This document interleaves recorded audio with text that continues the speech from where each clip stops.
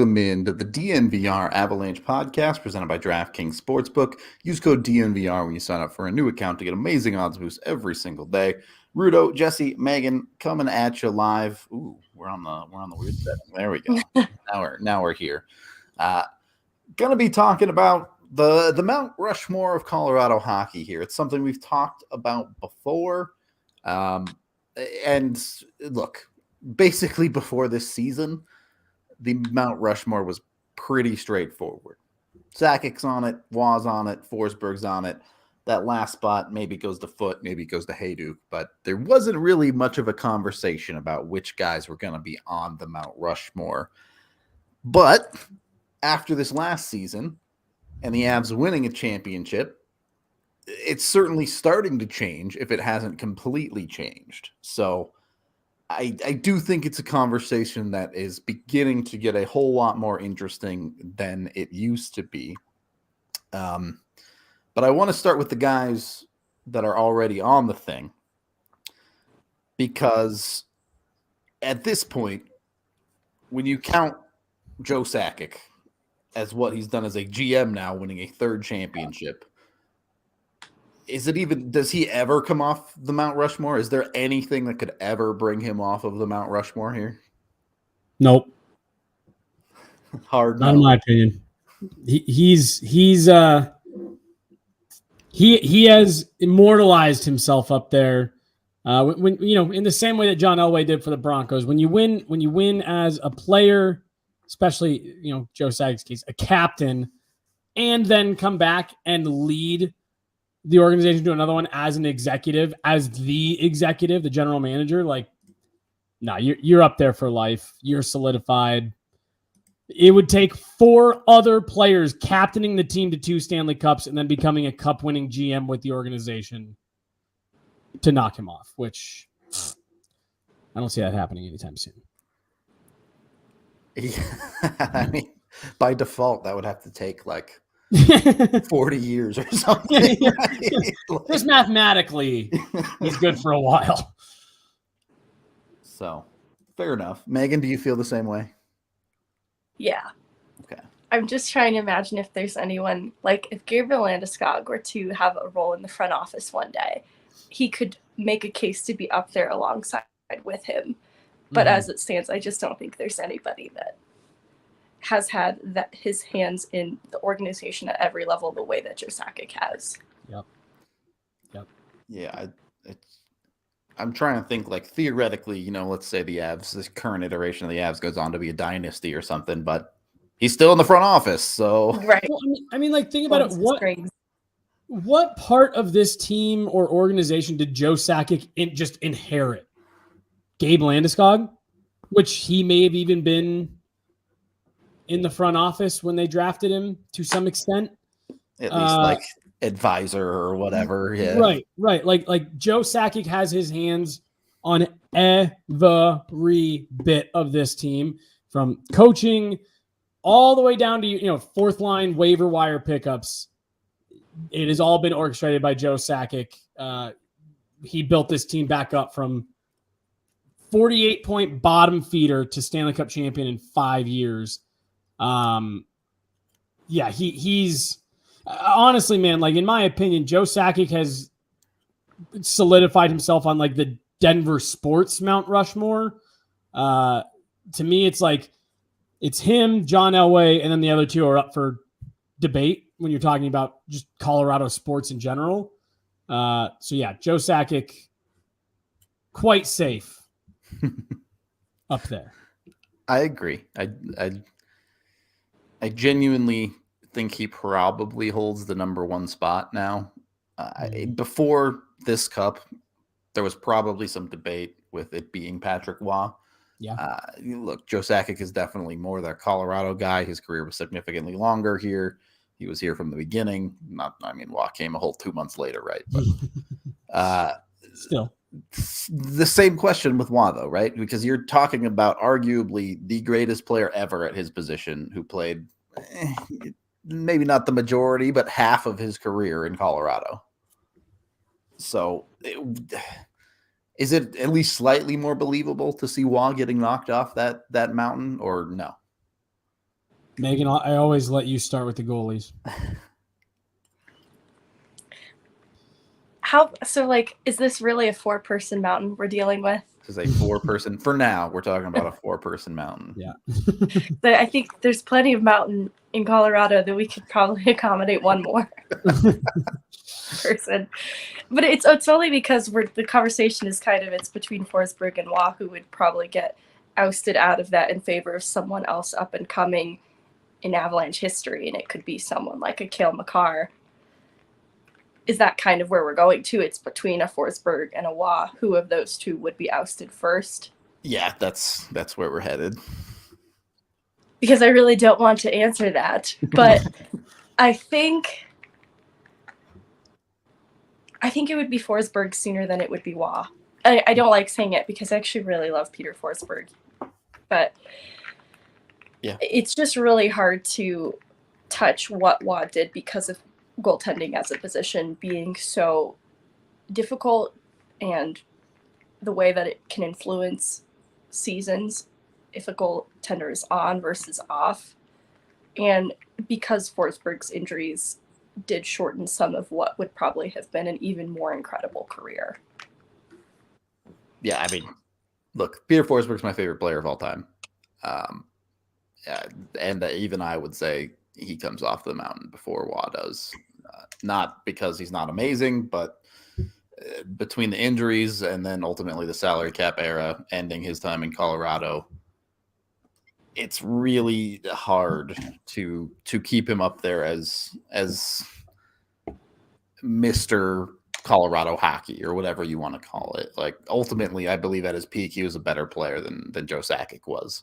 Mm-hmm. But it's just that his peak was basically like a year and a half, and that was it. Yeah, no, I'm with Megan. So I do think, unfortunately, I think Sakic is the only one who is. You're never going to replace Joe Sakic. Obviously, it's really hard to, consider anyone above guys like Patrick Waugh, Peter Forsberg, like in the hierarchy of a franchise. But I really do. I think Peter Forsberg may be the greatest player that ever played for the Avs in terms of just ability, talent, whatever one word you want to boil that down to. He may have been that. But yeah, just the injuries and all that stuff just shortened it too much. The end of his career was really kind of weird. He had that weird comeback attempt twice. And then the retirement, the morning before his first home game back.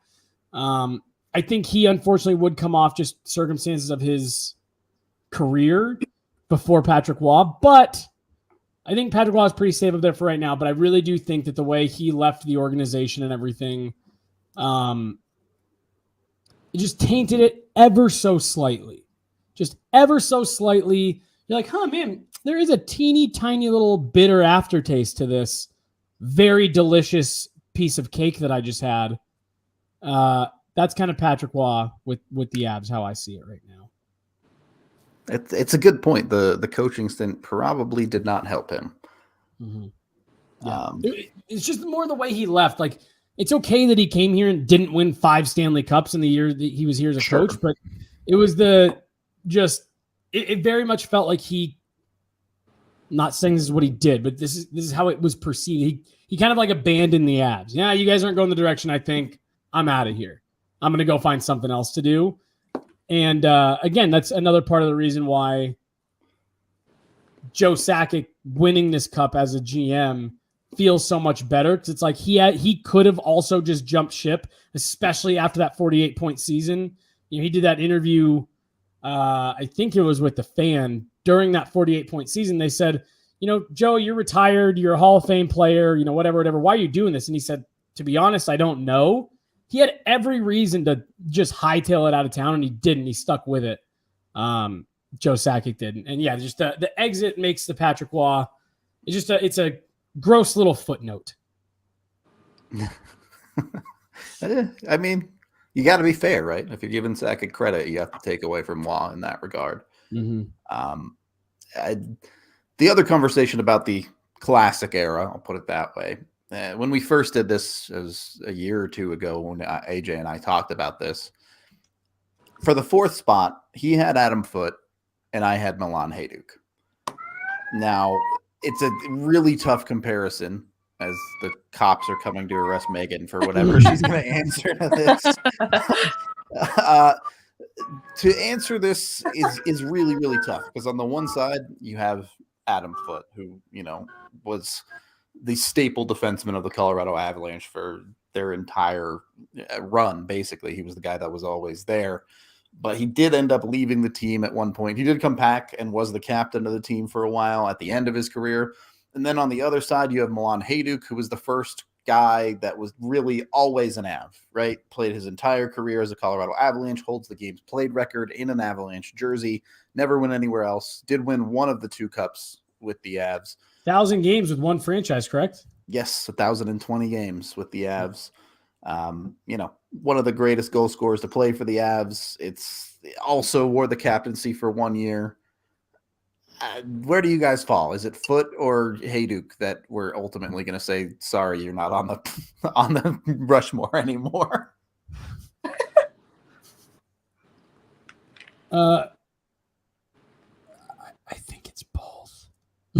Can't be both. You don't get to answer both. Well, but I think this year changed stuff. I don't think it's all about the. Or are you saying this is like the? Yeah, I agree. Neither are on it anymore. Players? Yes, we're talking classical only. Okay, first. I'm sorry. I thought You we would said that save. right. Okay. Yeah, I agree that neither of them are on it anymore. But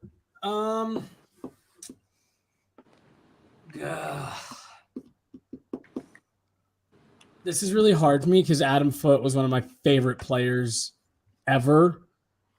But like it's almost just like by default because Hajduk has 1,000 games as an Av, only ever played for it almost just feels like it has to default to him, right? that's how I felt about it. Statistically, it's really hard to pick against Hajduk, but Adam Foote does have that second cup. Yeah.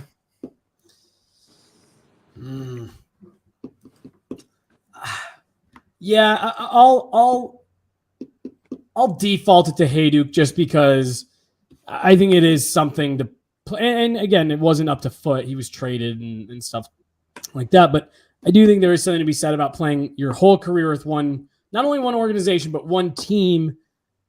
And like you said, being the first one to do that, 1,000 games with the Avs, was the captain for 1 year. And he was the one that chose Gabe Landeskog and kind of passed that torch. As like I said, Adam Foote's one of my favorite players ever. But I will take Milan Hajduk.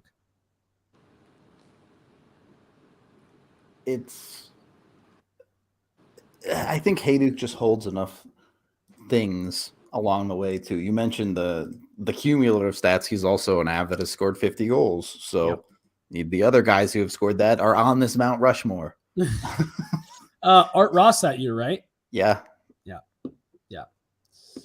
It just, again, they were both great.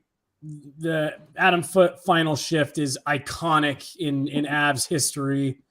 And Adam Foote really did seem like he loved being an Av and being in Colorado and stuff like that. And Hajduk still lives here. But yeah, I don't know. I think I'll go with Hajduk just on the, like you said, Rudo, on the stats by themselves. It's hard to beat that. Our Moisters is correct. He did win the Rocket, not the Art Ross. My bad. Yes. Sorry. Megan, same boat? I didn't know if I wanted to derail the conversation yet because this topic got me to thinking about the state of Hockey Town, USA, and Colorado. And I'll derail it a little bit later, but one thing that got me thinking about that earlier was the ties that players still have to Colorado, and that's Hajduk and his sons playing here, Foote and his sons also having gone up and played here, both through the Thunderbirds program, which is what was going to make me talk about State of Hockey Town, USA, was just the different levels of hockey that exist in Colorado that have produced some pretty impressive results. But if you say for that Paul reason, Stastny, I swear to God. No, No, but I was going to put it in this conversation, and I'm not sure if I'm ready to do it, but they are tied for the most national championships of any college hockey program. And even just the beginning of the NCAA tournament was hosted in Colorado Springs, and even between CC and Air Force, there's a lot of reasons to look to Colorado as a growing destination for successful hockey. But anyways, I'm derailing that way more than I meant to. But looking at the ties that both Hajduk and Foote have to Colorado makes it hard for me to choose between them, because that was even why with Forsberg and Waugh. I know that Forsberg comes back to Colorado every single year. I know he's some businesses tied up here too that he still tends to, but he always comes to games, and he's always at a game. Waugh isn't involved in that same way the way that Forsberg is, and that endears me to these players together. So it's hard to choose one over the other. And I kind of wanted a defenseman represented in this Mount Rushmore. And so I'm like, maybe it is Foote. I don't know. I'm really Would it torn. sway you at all if I told you Adam Foote was rooting against the Avs in the Stanley Cup final? I know, because of his kids. No, I know. It wouldn't. I was mostly being tongue-in-cheek. I mean, he was, but we all know why. I just love them all too much, but I also loved Hajduk. So I see the merit for the Hajduk argument, and I can definitely reconcile it, but they all are pretty important because I see what the organization meant to them and has continued to mean in their lives to put roots down in Colorado, and Milan Hajduk becomes a citizen of the United States in Colorado. It's just really cool. Well, and all jokes aside, like Adam Foote, I saw him at a couple of games after the game, and I will tell you, he was not wearing like lightning stuff. Obviously, he was there supporting his son and all that stuff. Like, he was not like decked out. See, I laughed because without even talking to him, like, yeah, you can tell this is like a little bit of an internal struggle for him. Like, you know, the organization that to your point, Megan, like he's obviously attached roots to, and his son, like, but yeah, I thought that was a funny little, note. And maybe at other points during the series, he had, jerseys on and stuff like that. But when I saw him around the final, yeah, he was not decked out in lightning stuff. And I found that funny. A couple of thoughts from the chat. Someone says John says Adam Deadmarsh is number 4. Nope. No. Very fun player, but not really close to the Mount Rushmore. Yeah. Moisters asks, would Drury, Tenga, or Ozolinsh have made a bigger case than Hajduk or Foote if they had their entire careers here? Tenga is the one. Tanguay, I think the answer is ultimately no. If Tanguay spent his whole career here, he's maybe close to that Hajduk conversation as like a guy who's definitely not a Hall of Famer, but maybe is in the conversation for getting his number retired here. Yeah. Had Alex Tanguay stayed here his whole career, I don't know. I think that's a good way of putting it. I think you're in that conversation of could this guy have his number retired? And honestly, a lot of that is driven by his Game 7 2001 performance. And then like Tanguay went on to have a good career after that. He played 1,000 games. Yeah. Good productive career. Had one or two 80-point seasons. So yeah, I think had he stayed here the whole time and had a couple of those years that he had in Calgary, here with the Avs and played more with the young core of McKinnon and Landy than he did at the end of his career. I think it's possible that he could have been in that car. I mean, he had a 55-point season his first year back with the Avs near the end of his career. I forgot that he had a real good year that first year. That was Drury. So Drury is a weird one. He just didn't have the longevity that Tanguay had, really. And that's kind of why I don't see him making it. Like, he didn't even really get close to 1,000 games. His point totals weren't that good. And Drury is one of those players where I think the Avalanche fan base probably overrates him a lot. Because, in Colorado, he was Mr. Clutch, right? Like, he was guaranteed to give you that big goal. Yeah. but he never really was close to a point per game player. He was like a 50-point guy for most of his career. It wasn't anything that impressive statistically. Right. So, and to the comment saying we're too young to know the contributions of Adam Deadmarsh, like I literally grew up on Adam Deadmarsh. We all watched it. All three of us were alive for all three Avs Cups. Megan just barely, but she was alive. Well, like, that's honestly kind of the point of all of it is like, oh, you're too young. He was gone and out of town by the time you were old enough. It's like, no, but that actually does kind of prove the point of why he's not on the Mount Rushmore. Good. Again, great player. Good player. Good in his time here. Yeah. Not a top 4 Av of all time. Also the dude they were willing to move for Rob Blake. So I guess, yeah, you can get him on the all-time trade Mount Rushmore. And then his career immediately derailed because of concussions, unfortunately. But yeah, not a long career after he left Colorado. I forgot about that. Yeah, he had some serious head issues, unfortunately. But that was the game back then, which is unfortunate. Anyway, we got a new sponsor for you here. They're called Gametime, and they are Gametime tickets. You can go right now down to the link in the description. If you're looking to purchase tickets to events here in Colorado, this is the best way to do it. If you love DNVR, you'll love Gametime. So jump on it. Over 15 million people have downloaded the Gametime app and score the best seats to all your favorite events. It's a great way to save money. You can get up to 16% off tickets when you look for them on Gametime. So great way to go that.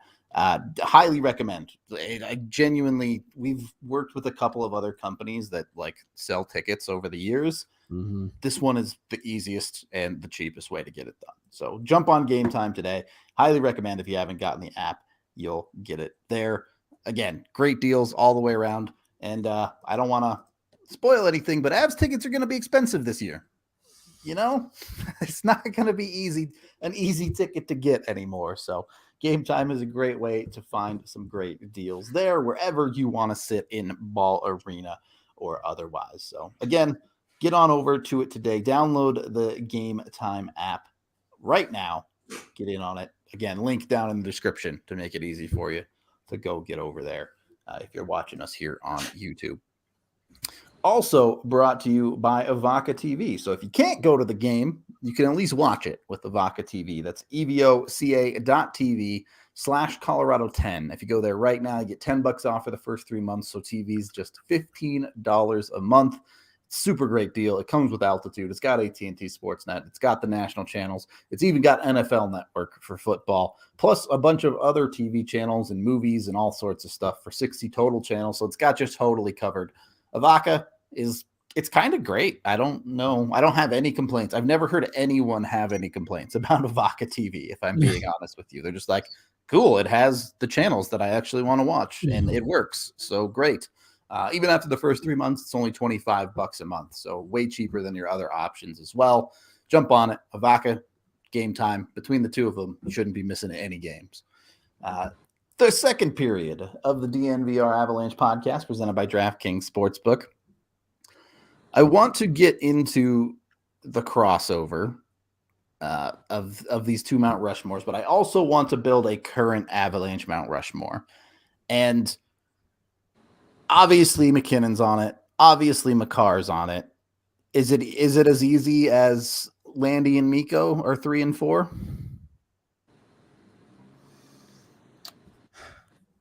Landy, yes. Can I put Jared Bednar on it?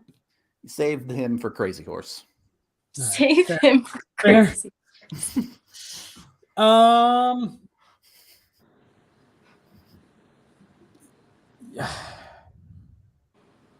If I'm building it today,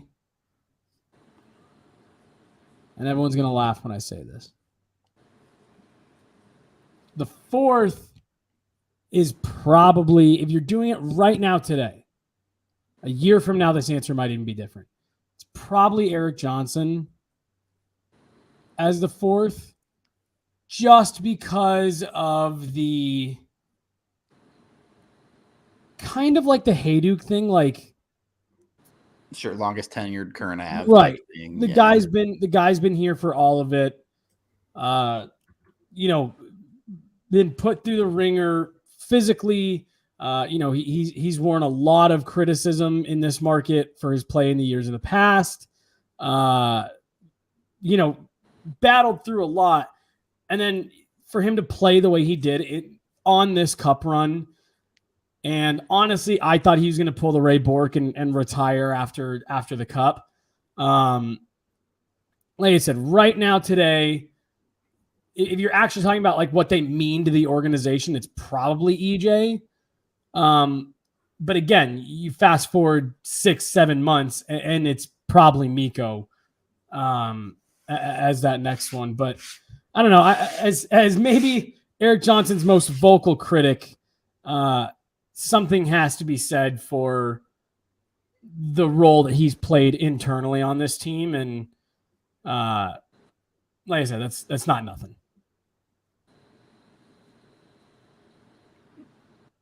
Meghan, that's a face that says I don't agree. I don't know who I would put there. I feel like I'd want to leave that open. I feel bad that I'm not solid that it should be Mikko, but I'm not really solid that it should be anyone else either. Like, I could see someone like Bowen Byram meaning a lot to this organization and its history in the future, and I could see him emerging as someone that belongs up there. But I'd feel bad demeriting Mikko like that. I just don't feel as strongly about it. I think it is Mikko right now, but also Val Nichushkin just signed an 8-year deal. Yeah, great point. But so, like, here's my thing. You're talking about putting someone's face into stone. Like, are we just listing like who are the 4 best players? Because like, yeah, the 4 best players is very different than. Yeah, no, it's not just the 4 best players, right? It's who meant the most to the organization, for sure. Right, that should be immortalized as part of this organization. So I mean, like, yeah, I don't know. I think there's a lot of guys in that next tier. Mikko, yeah, maybe a guy like Val. I mean, shit, how many big goals does Artturi Lehkonen need to score on a playoff run to get in the conversation? You know what I mean? True. Like, if you're considering a Chris Drury, you got to consider Lehkonen. Right. So, you know, I think there's a few of those guys that, depending on what happens in the next couple of years, yeah, you know, just popped up in the chat. Shit, you could even make an argument for Kadri. I mean, he's got 2 iconic moments on that playoff run that'll be remembered forever in Avs history.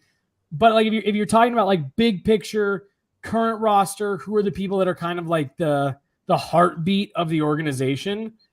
For me, it's Kale, it's McKinnon, it's Landy, it's EJ. Yeah. And again, as someone who spent the entire year shit talking EJ, I have a hard time taking EJ over Mikko at this point. Yeah. And my only like drawback for Mikko is he's only has 3 years left on that deal. And you know, if he signs his extension, I think it's easily Mikko. Mm-hmm. But if he walks at the end of that deal, maybe he ends up in that situation of like Tanguay or something like that. Right. And then I think Meghan is quietly onto something with her. Maybe leave that spot open for Bowen Byram. Yeah. And doesn't even have to be just Byram. I just feel like we're talking about a player who captures the spirit of the Avalanche. And that's really hard to think of just one more person to fill that spot. And it's not to say that Mikko doesn't. I just don't know.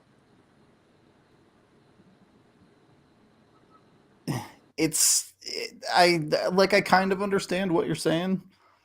He's not McKinnon, Landy, Makar, they all feel like they're the core leadership, right, of the group. And Mikko, obviously an insane player, but he does have that air about him of being like kind of the little brother of the team, where he just kind of follows everyone else around. Right. That's my thing for it, where again, like at the end of the day, we can be as close to the team as we think we are. We're not inside that room, but that is the vibe that I get. That like, yeah, Mikko is the guy on the team, kid on the team that shows up. He's funny. He keeps everyone loose. You know, he has fun at practice. He messes around. He laughs. He jokes. And then he gets on the ice and just shits on everyone because he's so good. And it's just like, how is this goofy kid who's just bouncing around the locker room this good? And that's kind of how I see Mikko, where it's like, absolutely, he's a top 3 player on this team. But yeah, I don't know if he's like at the core the same way some of these other guys are. Okay, so ultimately we have to build the combo Mount Rushmore, put it together. Who takes that 4th spot? Is it Cale? Is it McKinnon? I think it's probably a stretch to put Landy there, but some people might. Wait, so you're saying if we're putting them together? Yeah, I'm assuming today, Sakic, Waugh, Forsberg are all still on it. For me, if I had to commission the Avs Mount Rushmore today, August 30th, 2022, it's Sakic, Waugh, Makar, McKinnon. Knocking Forsberg off already. The cup changes things. The cup changes. You're not wrong. Changes things. Megan, are you keeping Forsberg on? Are you making us choose a little bit harder? If it's happening today, I think Forsberg stays on one more season. But depending on what happens this next year, I could be on board with McKinnon and Makar both being on there and Forsberg. There is a very, very good chance McKinnon passes Forsberg in all-time Avs points this coming season. He's about 60 points behind him. So that's going to happen. Yeah. And my thing is, and people are going to roast me for this, but I don't think Makar should be on it yet. The guy doesn't even have 200 NHL games yet. And I say this believing Makar might be the best player in the world today. But when you're talking about a Mount Rushmore, longevity and the entire scope of a player's career is very, very important to me. And Makar's career just isn't long enough yet. I 100% believe he will be there in a couple of years. He might be the top guy on the Mount Rushmore.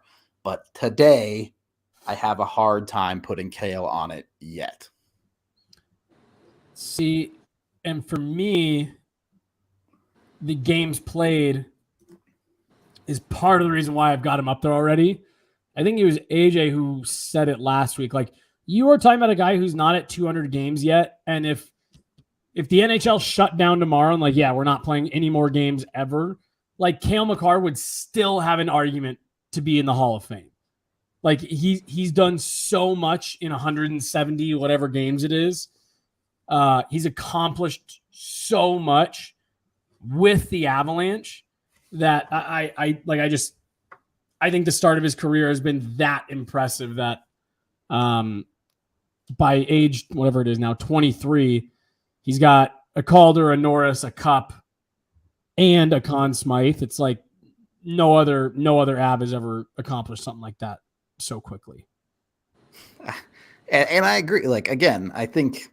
No, I'm with your thought process. So like, two or three more years and he's on there. But yeah, for sure. You know, let the guy get to 300 NHL games before it's like he's God.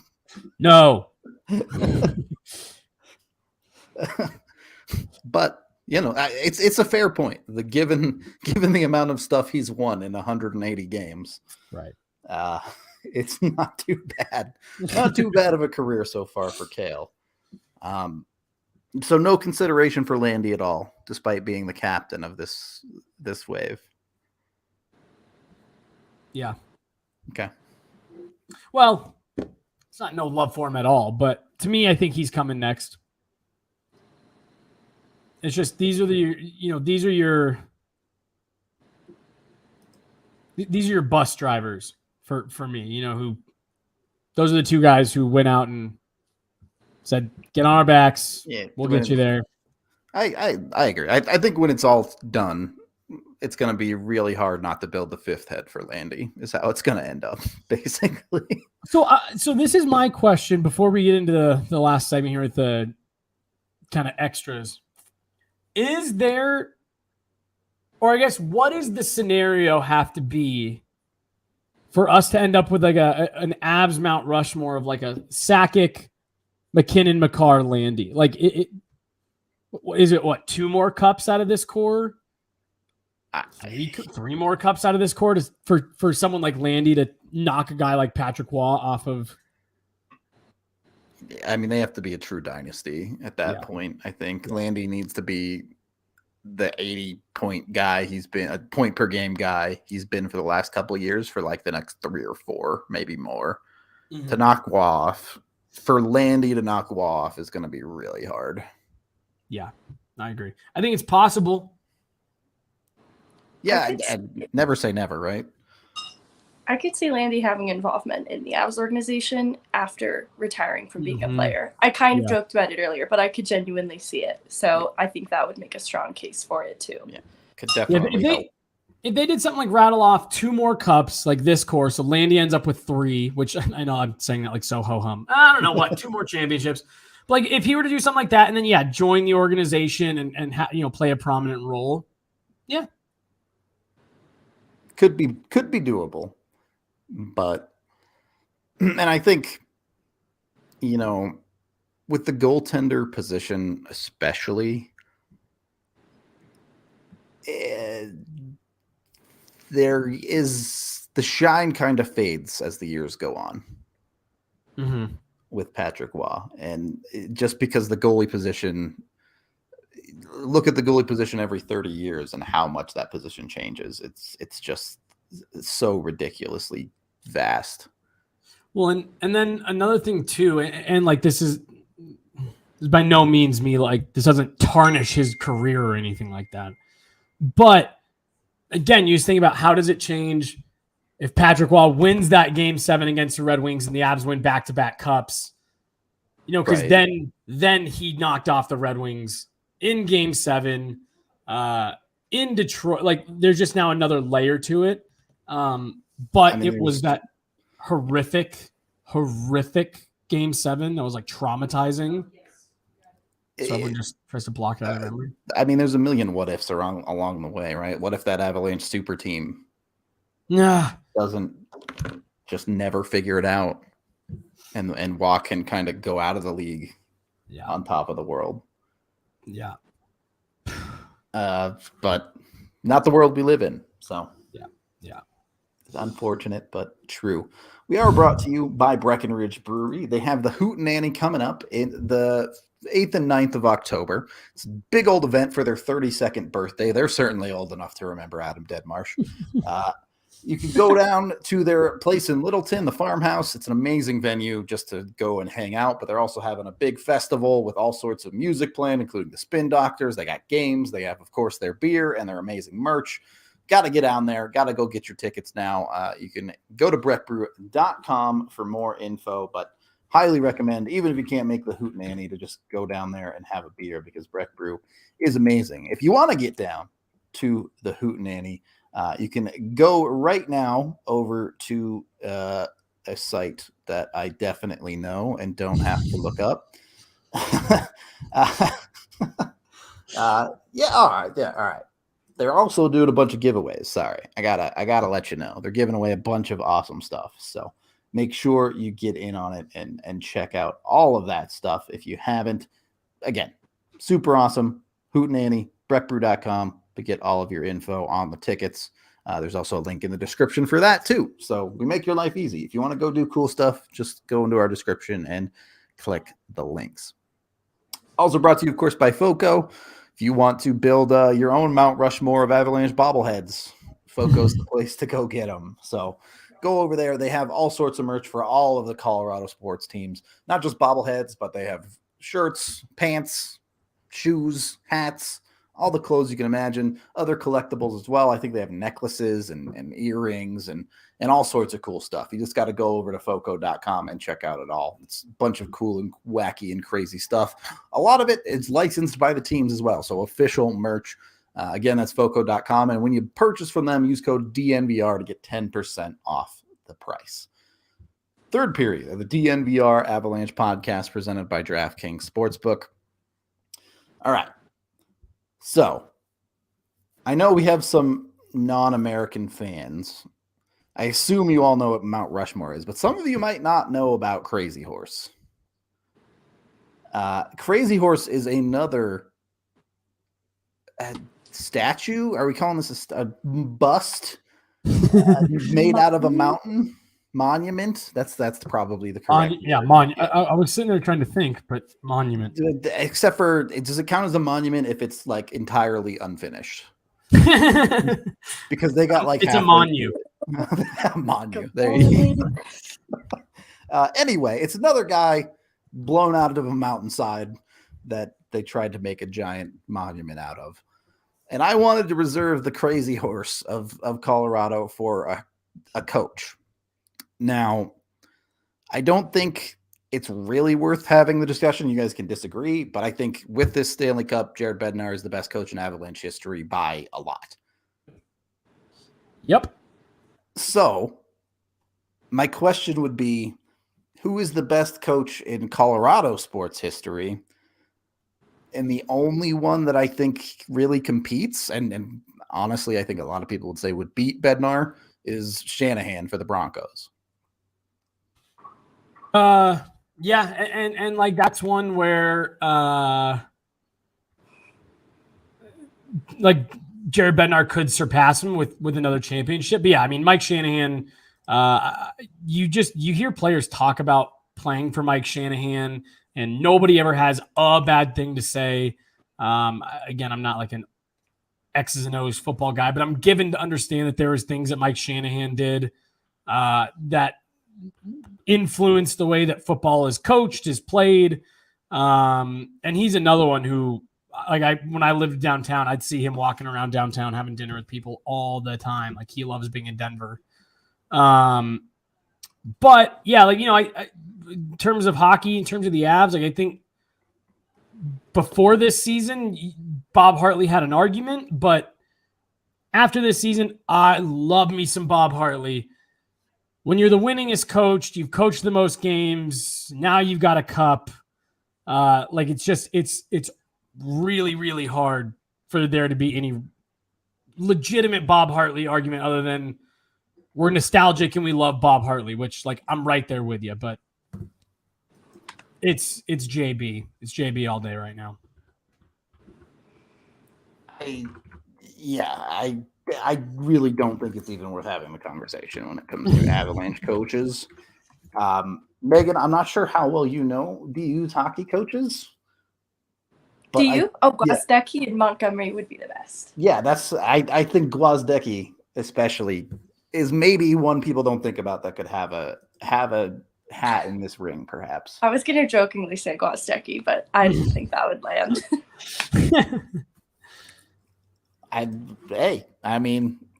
be willing to hear an argument for it. I'll put it when you have a team like DU who's a perennial contender. Well, yeah, and I don't know if it was under his coaching that they did the back-to-backs. I'm assuming at least one. It was like 04 and 05.